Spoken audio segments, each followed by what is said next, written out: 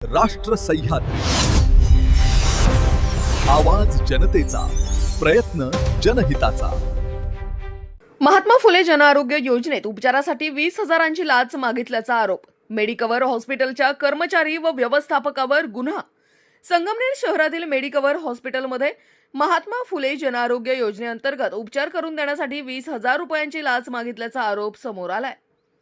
या प्रकरणी हॉस्पिटलमधील कर्मचारी सुभाष दगडू धादवड आणि व्यवस्थापक सुजित दामोदर गायकवाड यांच्याविरुद्ध संगमनेर शहर पोलीस ठाण्यात भ्रष्टाचार प्रतिबंधक अधिनियमांतर्गत गुन्हा दाखल करण्यात आलाय.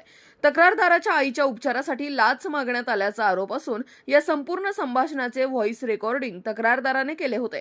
त्यानंतर अहिल्यानगर लाचलुचपत प्रतिबंधक विभागाने पडताळणी केली असता लाच मागणीचा प्रकार प्रथमदर्शनी निष्पन्न झाल्याचं समोर आलंय. या घटनेमुळे सर्वसामान्यांसाठी असलेल्या महात्मा फुले जनआरोग्य योजनेच्या पारदर्शकतेवर प्रश्नचिन्ह निर्माण झाले असून पुढील तपासाकडे सर्वांचं लक्ष लागलंय. राष्ट्र सह्याद्री न्यूजसाठी प्रतिनिधी सोमनाथ डोळे. राष्ट्र सह्याद्री, आवाज जनतेचा, प्रयत्न जनहिताचा.